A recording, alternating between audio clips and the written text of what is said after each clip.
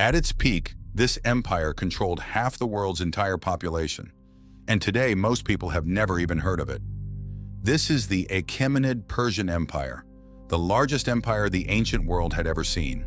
Founded by Cyrus the Great in 550 BCE, it stretched from Greece in the west all the way to the borders of India in the east, covering over 5.5 million square kilometers and ruling over 44% of the entire world's population at the time, a record that has never been beaten by any empire in history before or since. And unlike most ancient empires, they were remarkably tolerant rulers.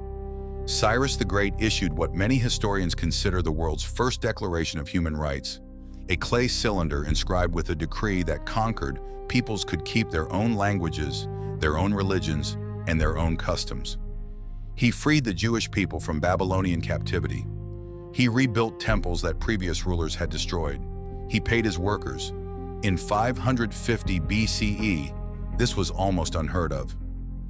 Their capital, Persepolis, was one of the most magnificent cities ever built.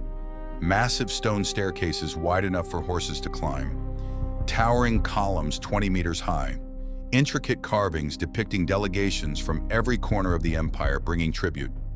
23 different nations represented in stone, each wearing their own traditional clothing, each carrying their own regional gifts.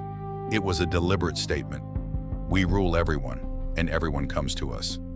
And then Alexander the Great arrived. In just 3 years, between 334 and 331 BCE, he dismantled the largest empire in history. But here's the part that stings. When Alexander reached Persepolis, he burned it to the ground.